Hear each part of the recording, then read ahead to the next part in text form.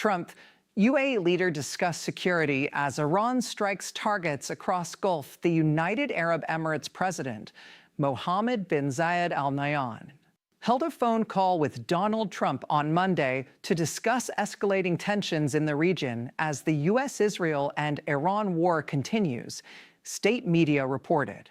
While missiles were literally in the air over the Persian Gulf, a phone call took place that might decide the fate of the global economy. President Donald Trump and UAE President Sheikh Mohammed bin Zayed have just concluded an emergency security meeting. The topic? A coordinated defense against what Iran is calling its final warning.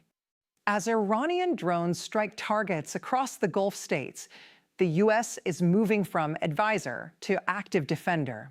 Today, we break down the secret details of this call, the hits on UAE soil, and why the Abraham Accords are being put to their ultimate test. According to the Express Tribune, the IRGC has officially expanded its target list. It's no longer just about Israel.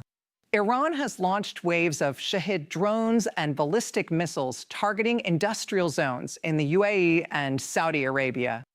Why the UAE? Because they are a key U.S. ally and a massive hub for global trade.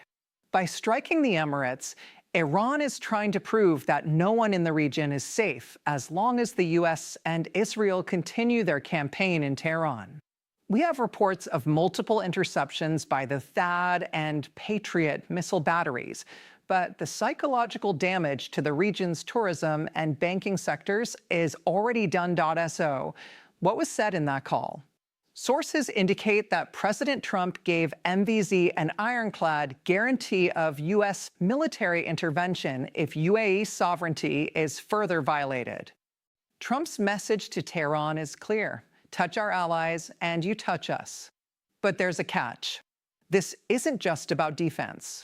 The two leaders discussed security cooperation, which likely means the UAE is opening up more air bases for U.S. strikes into Iran.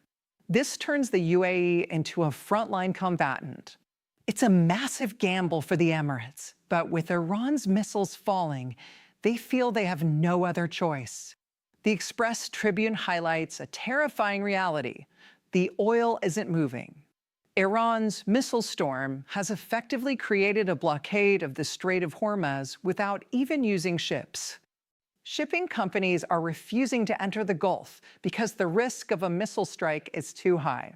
The UAE's Fujairah port, one of the world's largest bunkering hubs, is seeing a massive backlog.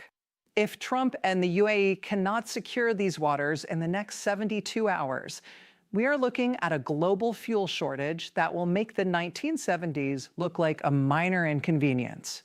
This is a war for the bloodline of the world economy. This is the ultimate test of the Abraham Accords. Critics said the alliance between Israel and the UAE was purely for business.